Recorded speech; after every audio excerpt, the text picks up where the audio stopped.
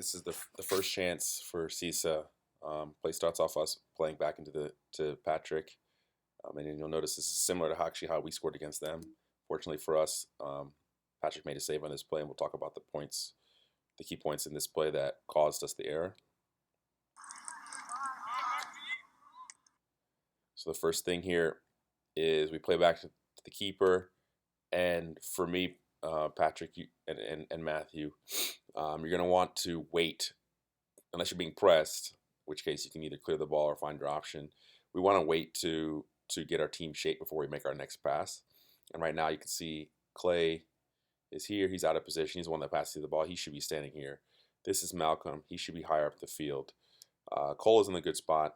Billy's in a decent spot, but we don't have good team shapes here. So to provide us maximum options. Both of our attacking midfielders are in decent spots. Gage, again, probably could be a bit wider based on our positional play.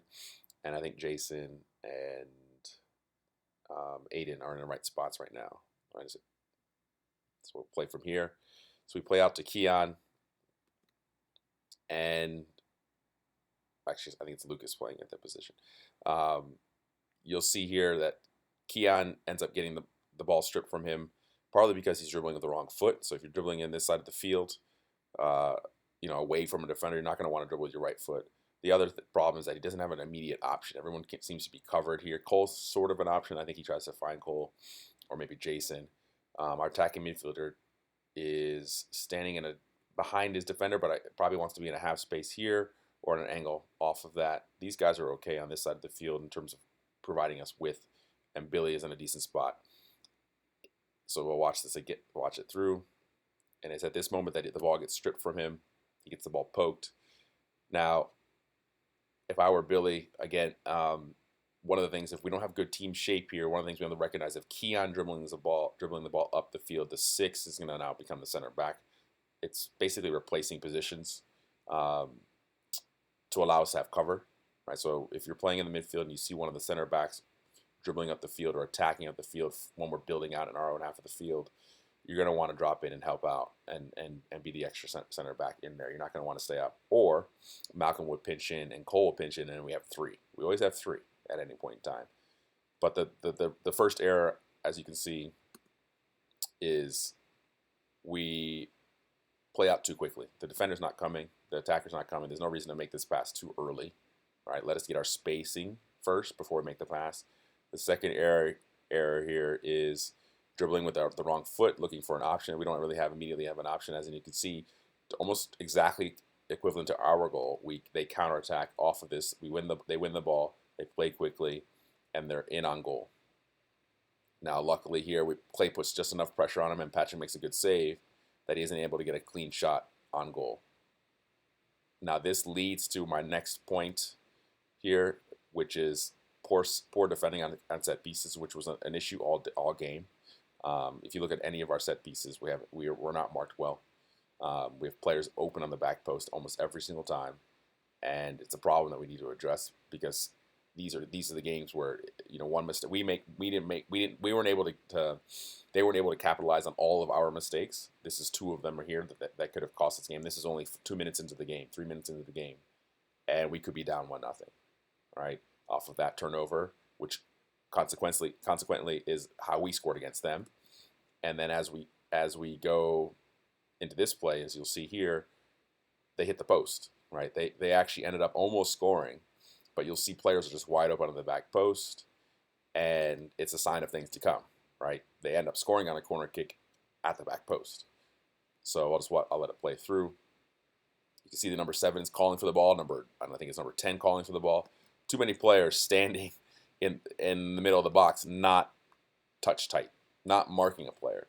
I see one player marking. Too many players are zone marking. Too many players here standing here not marking any players.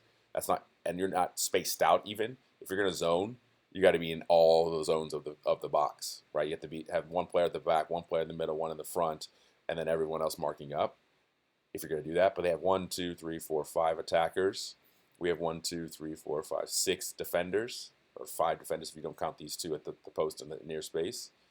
I'm not sure who this person is marking. They're not marking anybody, right? They should be marking the player that's in one of the players that was staying on the box. I think this is either that's probably Owen. Maybe Owen started that position. Yeah.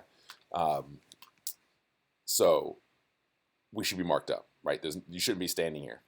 I mean, I expect one player up versus two, but because we have two players on the post, right, we're going to need an extra player to defend the rest of the players. But we do have enough players here. We're just not doing a good job of picking them up. Too many players, I think it's Billy and Malcolm, are just standing and watching.